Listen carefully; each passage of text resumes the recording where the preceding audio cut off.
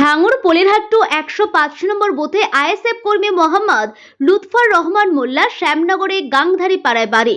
দুর্ঘটনায় দুটি পা ভেঙে যাওয়াতে আইএসএফের কর্ণধার পীরজাদা নওশাদ সিদ্দিকী ভাইজান ভোটের সময় এত ব্যস্ততার মধ্যে দিয়ে সেই কর্মীর বাড়িতে সরাসরি দেখা করতে আসলেন পীরজাদা নওশাদ সিদ্দিকী ভাইজান। বাড়িতে এসে ফ্যামিলি সকলের সঙ্গে কথা বললেন এবং সেই কর্মীর সান্ত্বনা দিলেন। চলুন বিস্তারিত ভিডিওটি দেখে নেওয়া যাক। 8টা থানা দিয়ে নওশাদ সিদ্দিকীকে আটকানোর জন্য 8টা থানা করেনি ভাই, এটুকু মনে রাখবেন। নওশাদ সিদ্দিকীকে আটকানোর জন্য 8টা থানা করেনি। মমতা ব্যানার্জি আরএসএস এর কথা শুনে এখানকার মানুষকে জব্দ করার জন্য 8টা থানা করেছে। আগামী দিনে জোর করে হলে হয়তো এরা জায়গাগুলোকে কেড়ে নেবে।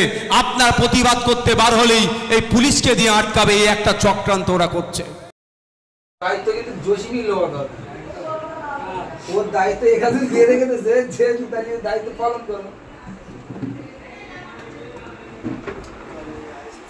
হ্যাঁ ভালো না